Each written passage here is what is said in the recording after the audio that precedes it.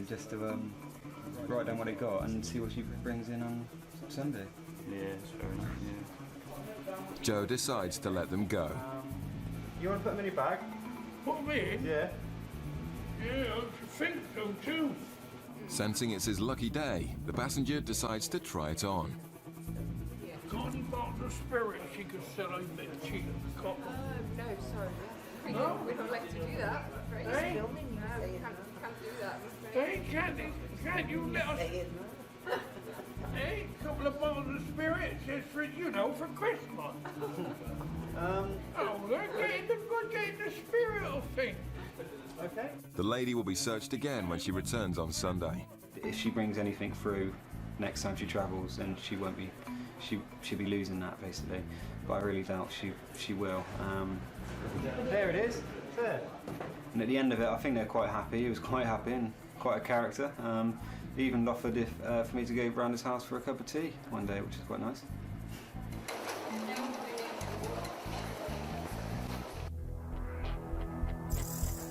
In Dover, customs officers face a massive challenge sniffing out drug dealers from the thousands of trucks streaming across the channel 24 hours a day. At the end of the day, we are here first and foremost to stop drugs coming into the country. That's our primary role. If we get a smell of anything, we'll track it down until we either find it or we're happy that there's nothing there. Usually the intelligence hub picks out target vehicles based on a variety of profiles. But today, Mark is literally following his nose. Let's port it again as well. He's picked up a suspicious scent, and the Dutch truck must now be thoroughly searched. On the other side, when I was doing the outsides, I caught a whiff of what I thought was perhaps a herbal substance. I don't want to say too much, the driver's right behind you. Some kind of a possibly controlled drug. Yep. I think it's strong enough to have a look in the vehicle. And three of us have caught a whiff of it. Offload bay round there. And we want to take part of your load off and have a look in the lorry, okay? Yeah, over there, yeah. Mark then spots something else that adds to his suspicions. I just noticed that the tyres and some parts of it underneath are splattered with mud. Begs the question, has he been off-road somewhere? Has he been diverted for a purpose?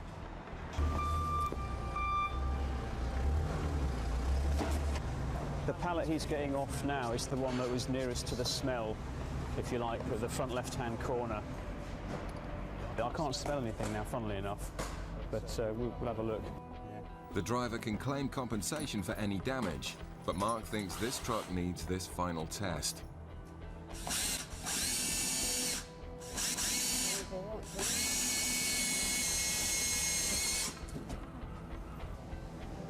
Perhaps the smell of cannabis was coming from another vehicle, and Mark decides it's time to let this driver go.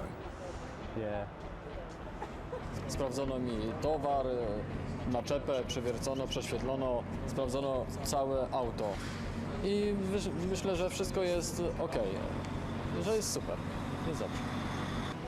And as one job finishes, another ferry full of potential smugglers hits the docks. Another target vehicle coming in on the 1300 arrival from Dunkirk. It's all go sometimes. I did say Thursday was a busy day. Officers in Gatwick are also investigating a possible Class A drug smuggler acting suspiciously at immigration control. As soon as she was starting to be questioned, she said she wants to go to the loo, so she might have something concealed inside her or on her body she wants to get rid of. Morning. So you've come in from Nigeria? You live in Nigeria? You live here? Whereabouts do you live here? Waltham Abbey? Okay, what do you do here? Care assistant. Okay, so how long have you been in Nigeria for this trip? 2 weeks. Is that a holiday or business? Holiday. Okay, so seeing family, friends? Yeah, my family. Okay. This is all your baggage? Yes. And you packed it all yourself? Yes. Okay, you come into the Green Channel, nothing to declare. Do you understand what you're allowed to bring into the country? My clothes and my food stuff. Okay. You realise there are other restrictions on coming into the country, things like drugs and firearms. Has anyone asked you to bring anything here? Has anyone forced you to bring anything here? Okay, let's have a quick look, shall we? Thank you. Andy searches the bags. The passenger's still acting nervous, so he also swabs the bags for drugs.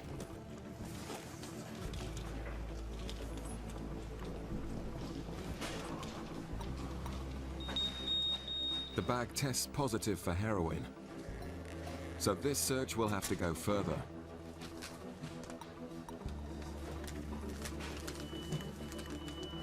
Her body language is quite good. I've had a hit of, for heroin on the iron scan.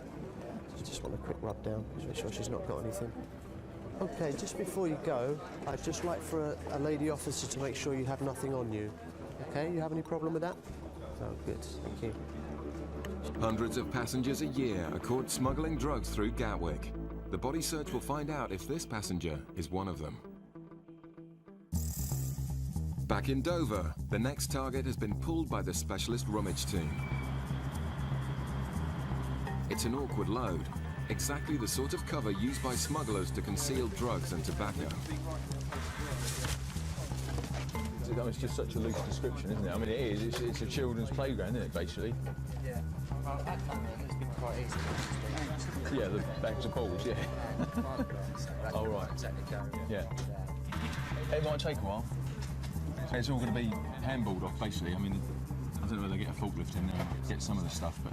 I mean, yeah, you see things like this now and again, but it's not the norm. I mean, I'm just guessing it's some sort of children's playground that's been out in Spain for the season and is being brought back. It is a good cover load, isn't it? I mean, it's very difficult to get over the top of and to see in amongst. After hours of offloading, the team finds some suspiciously heavy wooden boxes. Yeah. No. They've made it look like the spongy steps, haven't they? It's extremely suspicious, so the team decide to drill the boxes. And I mean, you saw the load, how difficult it was to get in. They've managed to get themselves in there, identified these packages.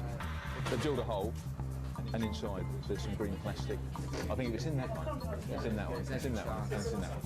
Stewart thinks the plastic packaging could indicate drugs. I would think that there'll be a large quantity of cannabis in there, maybe up to a ton. The driver is arrested while they work out what they found. But it's a slow, methodical process now. The guy's arrested, there's no rush. After another 2 hours of careful unpacking, the moment of truth has arrived. It's just about to take the lid off. I think in the porn industry, this is the money shot, isn't it?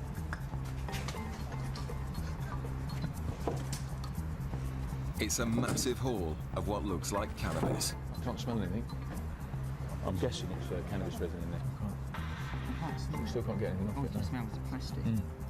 All the boxes are full of bales of cannabis, which have apparently come from a special garden. The maker's manufacturer mark. It's just their... It's come from that particular cannabis farm in Morocco, or wherever it is it's come from, and that they put their own stamp on it. And that's how it gets shipped out. The officers now want to know just how much they've seized from the smugglers. It's the biggest haul of cannabis at Dover for years. Sorry, I took 928 kilos. About. And the specialist rummage team are delighted. 928 kilos is nearly a ton, so that's excellent. We've had a bit of a lean period actually, our team. We've gone 3 months maybe without anything. We've had a few little cigarette seizures might have been on the way, but this is what we call a proper job, really.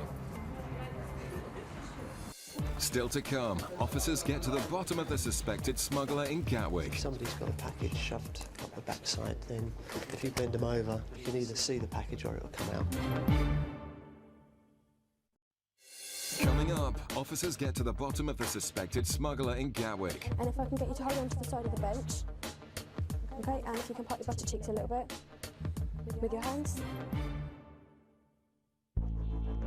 In Gatwick, the female officers have arrived to search the woman whose bags tested positive for heroin. Can you do a rub-down search for us, just make sure she's got nothing on her. Customs sees over 400 kilos of heroin each year, and officers in Gatwick regularly catch smugglers willing to go to great lengths to hide their packages. If you're going to do it, you might as well be thorough. And the whole bending over squatting thing, if somebody's got a package shoved up the backside, then if you bend them over and squat, then unfortunately you can either see the package or it'll come out generally. Okay, and what you need to do is squat down for me so I can check that you haven't got anything inserted in any of your orifices, okay? So you'll need to squat down for me turn around, bend over and pop your buttock cheeks for me as well.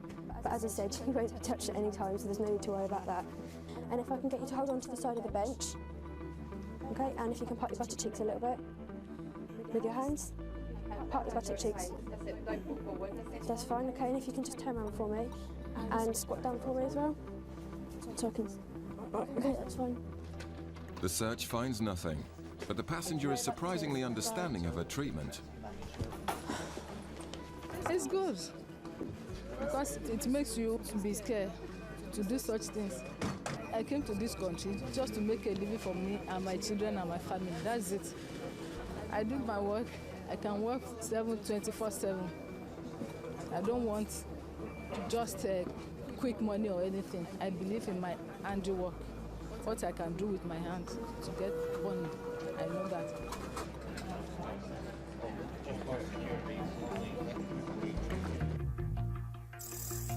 Today is the start of a 2-week tour of duty for the customs officers aboard Customs Cutter Searcher. May cause a problem.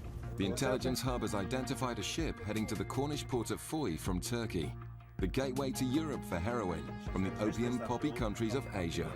She's Turkish with 15 Turkish crew on board. Obviously with a Turkish ship, we've got the possibility of heroin being on board the ship. There's also a good chance that there'll be some cigarette smuggling from Romania because LMMs are extremely cheap.